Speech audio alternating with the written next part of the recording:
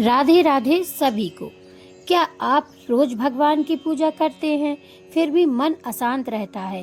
क्या घर में बिना कारण तनाव, रुकावटें या बेचैनी महसूस होती है?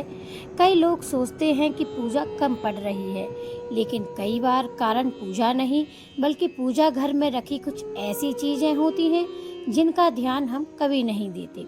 आज मैं आपको ऐसी 7 बातों के बारे में बताऊंगी। 7वां बिंदु सबसे महत्वपूर्ण है, इसीलिए वीडियो अंत तक जरूर देखिए। जय श्री कृष्ण दोस्तों।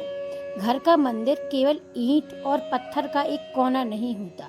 यह वह स्थान है जहाँ पूरा परिवार शांति, विश्वास और आस्था के साथ भगवान का स्मरण करता है। शास्त्रों और पारंपरिक मान्यताओं में पूजा स्थान की स्वच्छता और सम्मान को बहुत महत्व दिया गया है। आज हम किसी अंधविश्वास की नहीं बल्कि उन बातों की चर्चा करेंगे जिन्हें पीढ़ियों से पूजा घर की मर्यादा का हिस्सा माना जाता रहा है। तो आइए शुरुआत करते हैं। पहला, टूटी हुई मूर्तियाँ। सबसे पहले अपने मंदिर को ध्यान से देखिए। क्या किसी भगवान की मूर्ति का हाथ, मुकुट, चरण या कोई छोटा हिस्सा टूट गया है? अक्सर हम सोचते हैं कि थोड़ा सा टूटा है, रहने दो, लेकिन पारंपरिक मान्यताओं के अनुसार खंडित मूर्तियों की पूजा नहीं की जाती। इसका अर्थ भगवान का अपमान नहीं बल्कि उनकी प्रतिमा के सम्मान से जुड़ा है।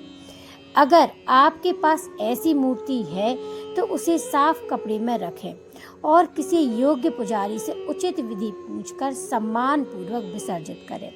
लेकिन अब जो दूसरी चीज है वह लगभग हर घर में मिल जाती है। दूसरा, सूखे हुए फूल और माला।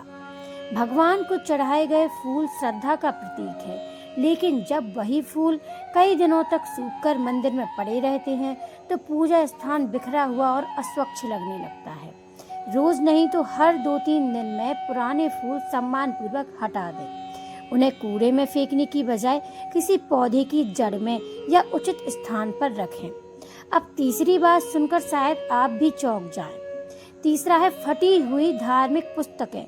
गीता, रामायण, दुर्गा सप्तशती और अन्य धार्मिक ग्रंथ केवल किताबें नहीं बल्कि ज्ञान का स्रोत माने जाती हैं। यदि कोई पुस्तक बहुत पुरानी हो गई है या उसके पन्ने फट गए हैं तो उसे इधर उधर ना रखें, उसे साफ कपड़े में लपेटकर सुरक्षित रखें या सम्मान पूर्वक संरक्षित करें। चौथा है गंदा दीपक। क्या आपके मंदिर का दीपक कई दिनों से साफ नहीं हुआ? यह दीपक केवल प्रकाश नहीं बल्कि आशा और श्रद्धा का प्रतीक माना जाता है। पुरानी जली हुई बत्ती और तेल को लंबे समय तक जमा ना रहने दें। नियमित सफाई करें। अब 5वीं बात हर घर के लिए बहुत जरूरी है। 5वां है धूल और गंदगी। अगर मंदिर में धूल जमी हो, अगरबत्ती की राख फैली हो या सामान बिखरा हो तो सबसे पहले उसे साफ करें। स्वच्छ मंदिर मन को भी शांति देता है और पूजा में एकाग्रता को बढ़ाता है। 6वां है बेकार सामान। कई लोग मंदिर में चाबियां, पुराने बिल, दवाइयां, मोबाइल चार्जर या अन्य छोटी छोटी चीजें रख देते हैं, जैसे कि धीरे धीरे मंदिर स्टोर रूम के जैसा लगने लगता है। मंदिर में केवल पूजा से जुड़ी ही आवश्यक वस्तुएं रखें, उसे स्टोर ना बनाएं। 7वीं और सबसे महत्वपूर्ण बात अब आती है, जो कि सबसे जरूरी है। यदि मन में क्रोध, ईर्ष्या, घृणा और अहंकार से लेकर पूजा करेंगे तो पूजा का वास्तविक आनंद नहीं मिल पाएगा। भगवान को सबसे अधिक प्रिय हमारा सच्चा मन, विनम्रता और श्रद्धा है। इसीलिए मंदिर में प्रवेश करने से पहले एक पल रुकिए, गहरी सांस लीजिए और मन को शांत करके भगवान का स्मरण कीजिए। यही सबसे बड़ी पूजा है। तो दोस्तों, आज हमने पूजा घर से जुड़ी 7 महत्वपूर्ण बातें जानी। यदि इनमें से कोई भी बात आपके घर में भी है तो घबराइए नहीं, धीरे धीरे उसमें सुधार कीजिए और श्रद्धा के साथ पूजा करते रहिए।